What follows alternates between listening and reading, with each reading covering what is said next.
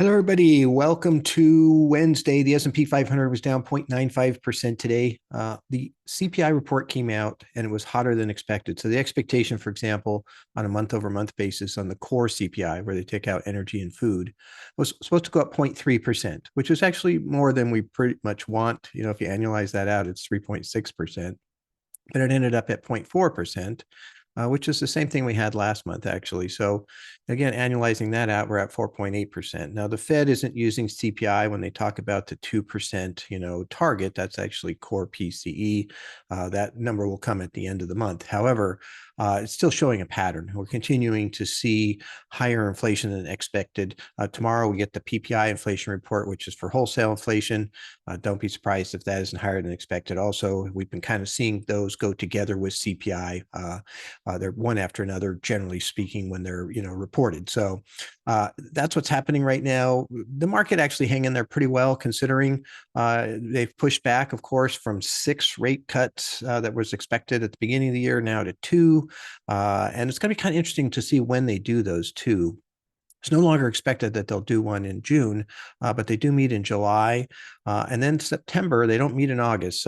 But September is getting very close to the election. So if they're going to do 2 rate cuts, it could be July and December, where they could do something after the election. The Federal Reserve historically does not like to do rate cuts or increases, for that matter, heading into the election, just because they don't want to have an influence on the outcome, theoretically. So, we'll see what happens there. There's going to be a lot of talk about that. But, this is a threat to the market when the economy is doing quite well. Inflation doesn't come back down. The Federal Reserve, doesn't lower rates as much as they thought. And we've got this great momentum happening. So it's an important component for what's happening right now.